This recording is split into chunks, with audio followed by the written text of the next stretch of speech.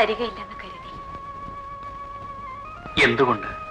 എന്റെ വില്ലാ ശിപ്പായിയാണ് ഞാൻ പറഞ്ഞയച്ചത്. എന്റെ ക്വാർട്ടേഴ്സിലേക്കാണ് ഞാൻ വിളിപ്പിച്ചത്. കളക്ടർ വിളിപ്പിച്ചാൽ LD ക്ലാർക്ക് വരണം.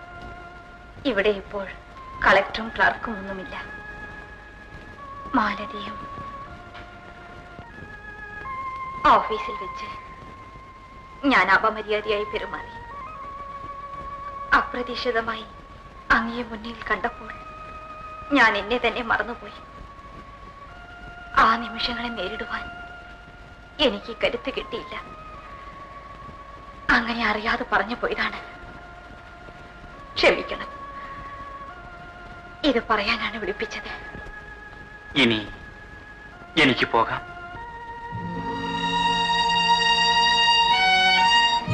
വീണ്ടും കാണുന്നത് ഇങ്ങനെ ആയിരിക്കുമെന്ന് കരുതിയില്ല. എന്തെല്ലാം പരീക്ഷണങ്ങൾ കഴിഞ്ഞു. ഈ പരീക്ഷണം പ്രതീക്ഷിച്ചതേയില്ല. സൗഖ്യമെന്ന് കരുതുന്നു. സൗഖ്യം. വിവാഹമൊക്കെ കഴിഞ്ഞിരിക്കുമെന്ന് കരുതുന്നു.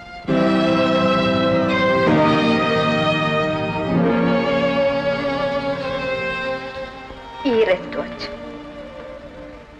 ഏതാണെന്നറിയാമോ? ഇത് ഇനി എന്തിനു സൂക്ഷിക്കും? മരണത്തിന്റെ കയ്യിൽ കെട്ടാൻ.